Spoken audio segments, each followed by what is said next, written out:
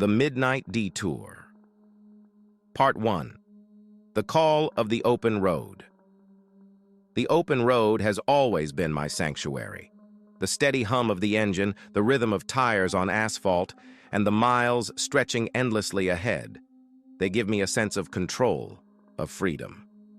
My name's Jack Lawson, and for the past 30 years I've been hauling freight across the country. I've seen everything: blizzards in Wyoming, heat waves in Arizona, and lonely desert roads where the horizon never seems to get any closer. But there are some things out there that no amount of experience can prepare you for. It was late October when I got the call for a rush delivery from Reno, Nevada to a warehouse just outside Albuquerque, New Mexico. The pay was good, and I needed the money. My wife, Linda, was hinting at retirement, and maybe, just maybe, it was time to think about life off the road. But for now, I was still running. I checked the weather forecast. Clear skies for the most part, with a chance of rain in the New Mexico mountains. Nothing I couldn't handle. I loaded up my rig, a Peterbilt 579 I called Old Blue, and hit the road around 6 p.m., hoping to make good time overnight. By midnight, I was somewhere on Interstate 40, the blacktop stretching out like an endless ribbon under the pale glow of the moon. Traffic was sparse, just the occasional pair of headlights or taillights in the distance. The loneliness of the night wrapped around me like a familiar blanket. The radio crackled with a mix of classic rock and late-night talk shows. I sipped my lukewarm coffee and adjusted the volume. Everything was routine, until I saw the detour sign. Road construction ahead. Detour. Exit 237. I frowned. The GPS didn't mention any roadwork, and I hadn't seen any notices before leaving Reno. But the sign looked official enough, reflective paint gleaming in my headlights. I slowed down and took the exit. The ramp led me onto a 2-lane road that stretched into the darkness. The pavement looked fresh, the lines crisp and clean. The only sound was the rumble of my engine and the faint rustling of the wind. Part 2. The Wrong Turn. The road wound through dense woods, the trees on either side leaning in like silent sentinels. My headlights cut a narrow path through the blackness, revealing flashes of underbrush and the occasional rustling branch.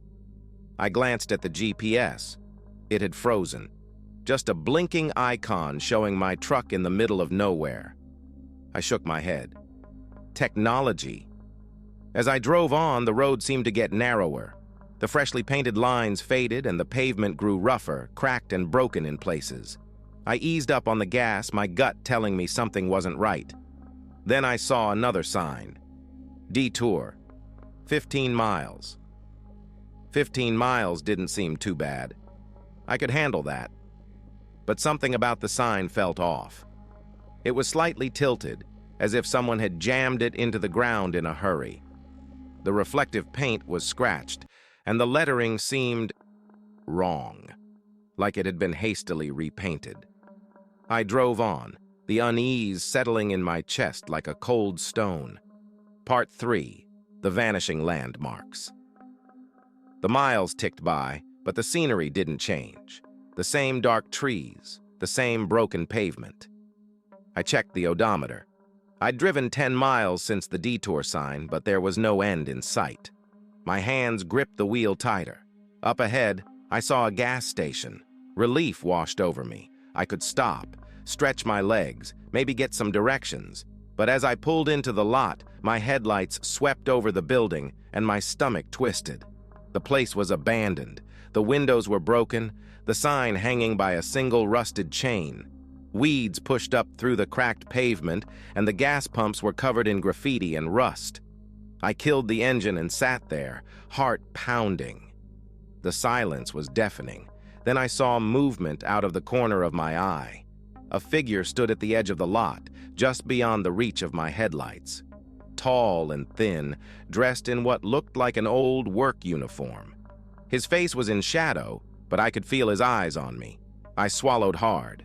"Hey!" I called out, my voice cracking. "You need something?" The figure didn't move.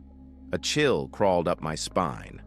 I turned the ignition, and the engine roared to life. I didn't wait to see if he'd respond. I threw the truck into reverse, backed out onto the road, and hit the gas. In the mirror, the figure was still standing there, watching me. Part 4. The Endless Night.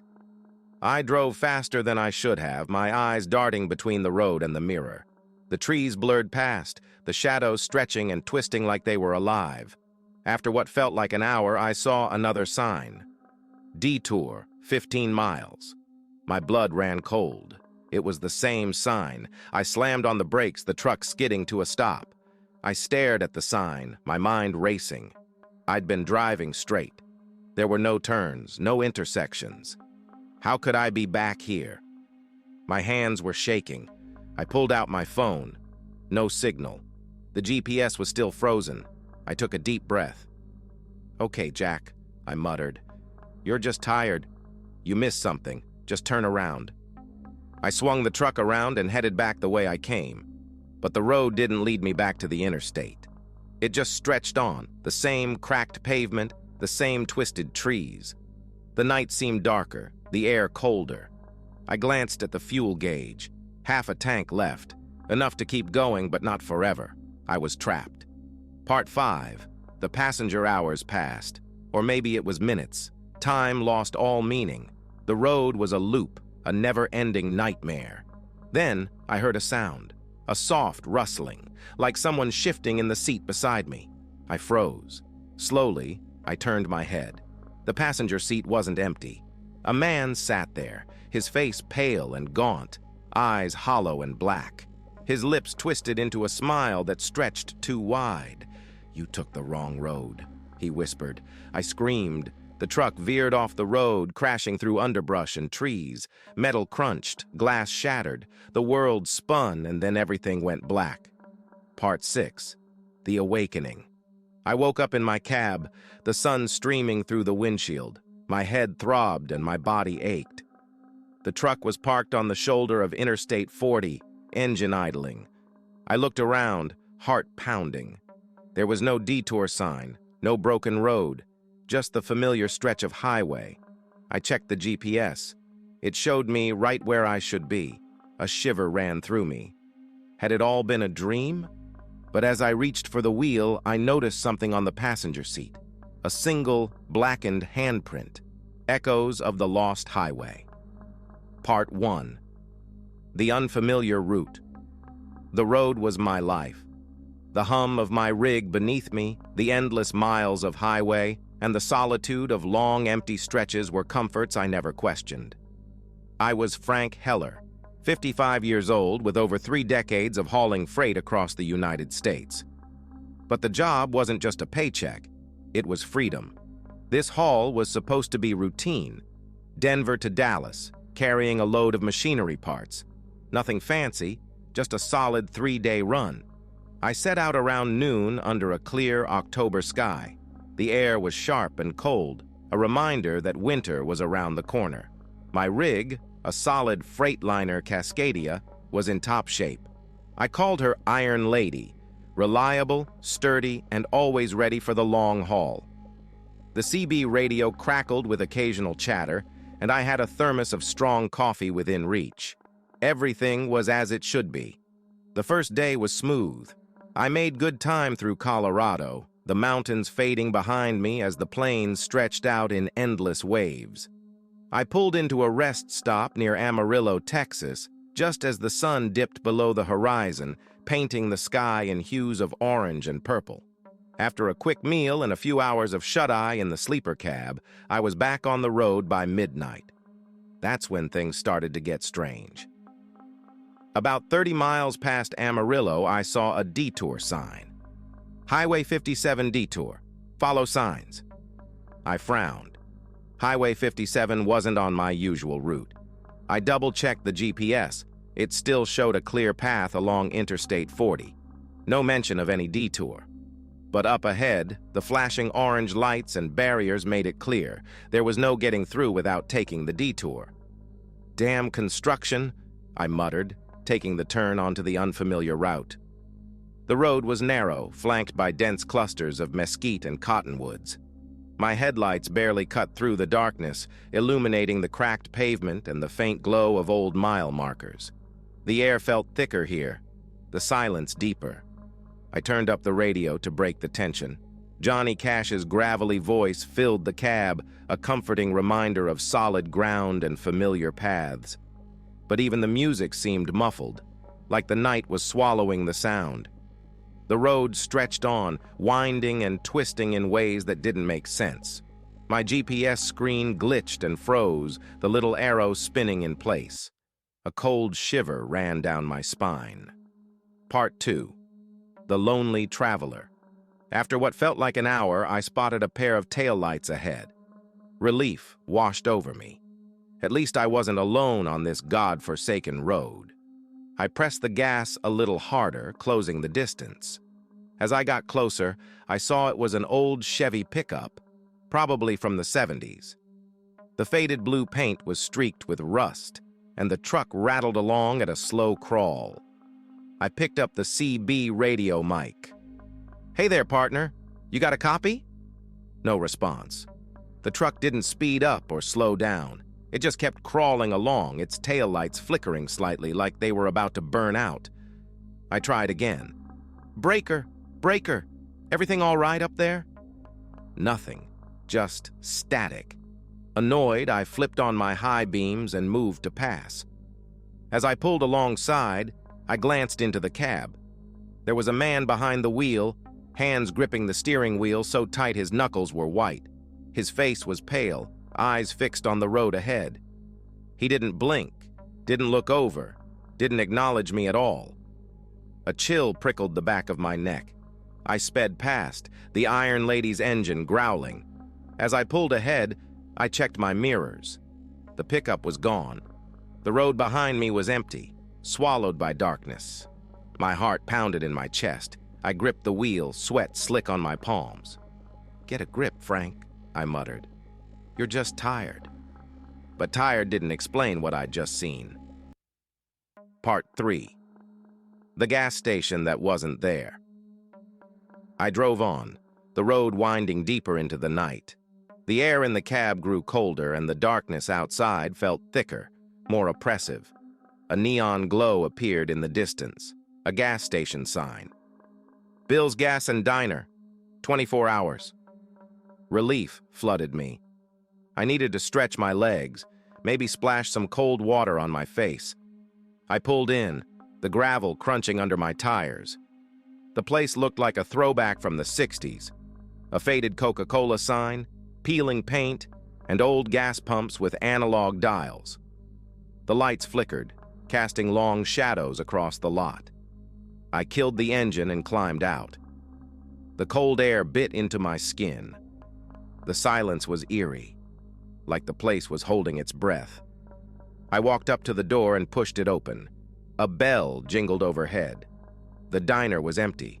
The counter stools were cracked and worn, the linoleum floor scuffed and dirty.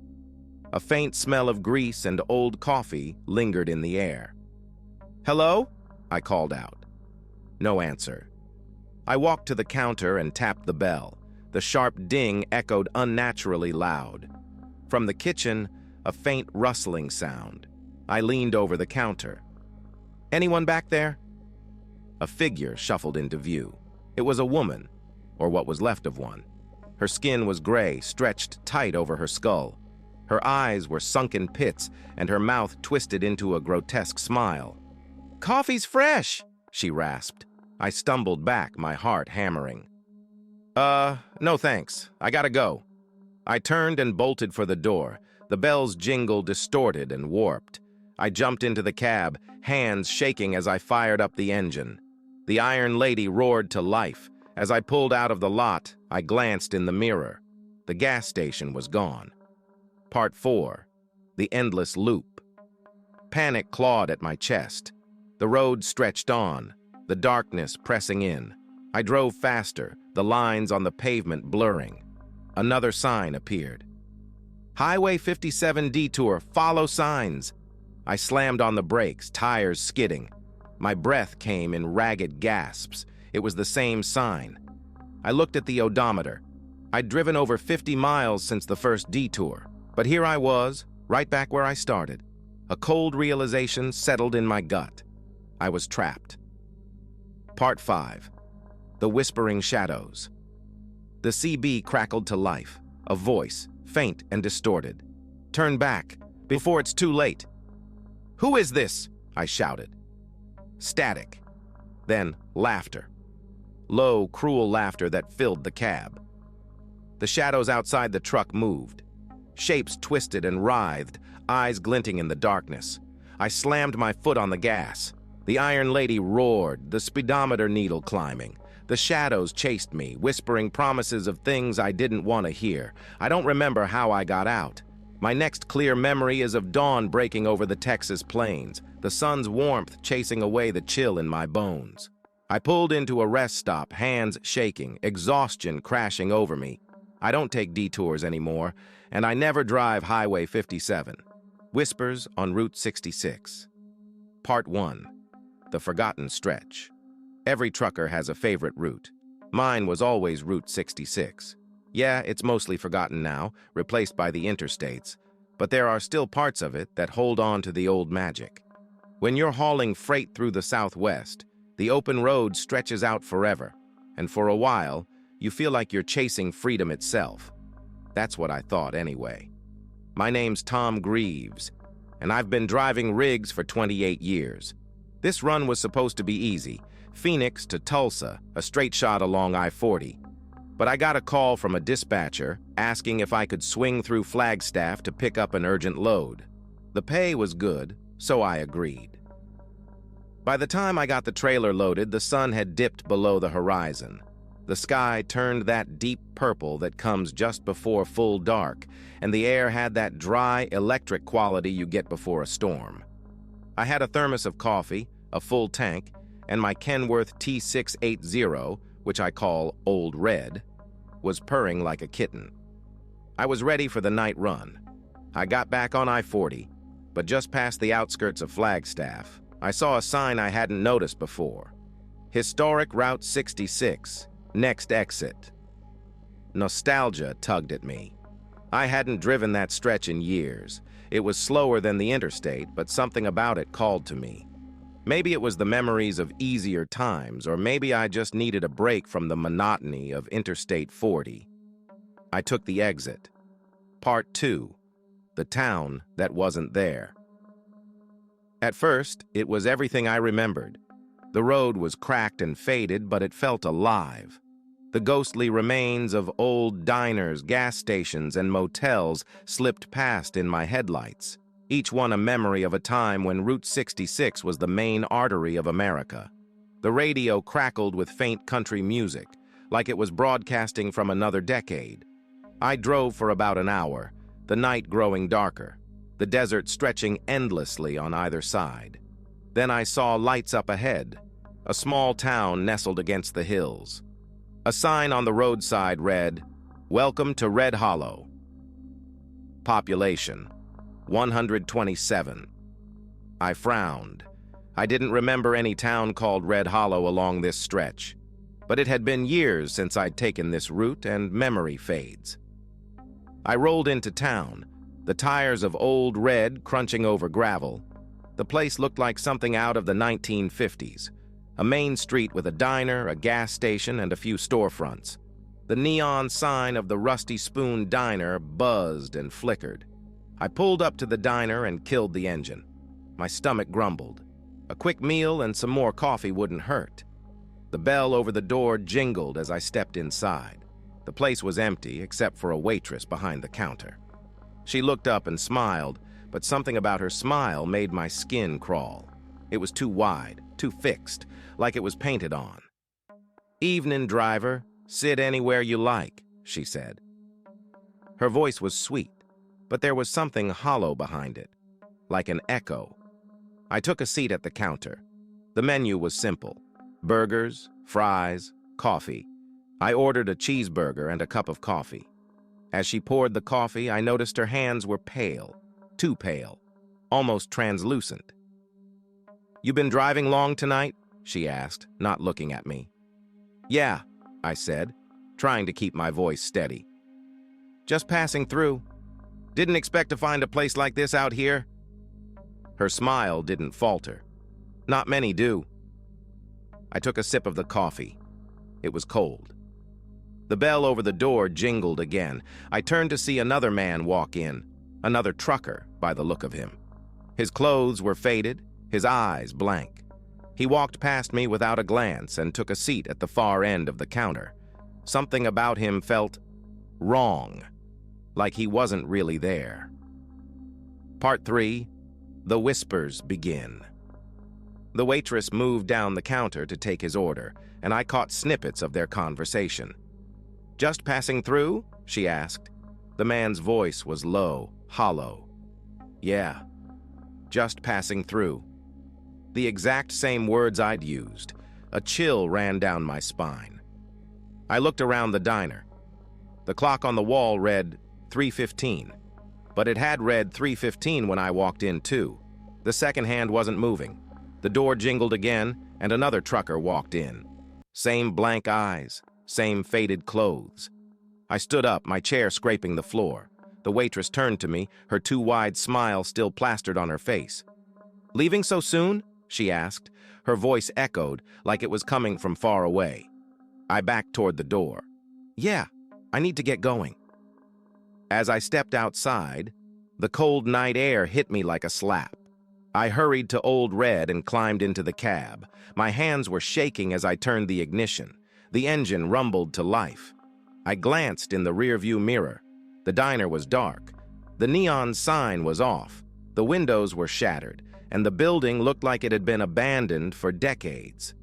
But inside, I could still see the waitress, and she was watching me. Part 4. The Endless Road. I pulled onto the road and hit the gas. The town of Red Hollow disappeared in my mirrors. But the road stretched on, endless and dark.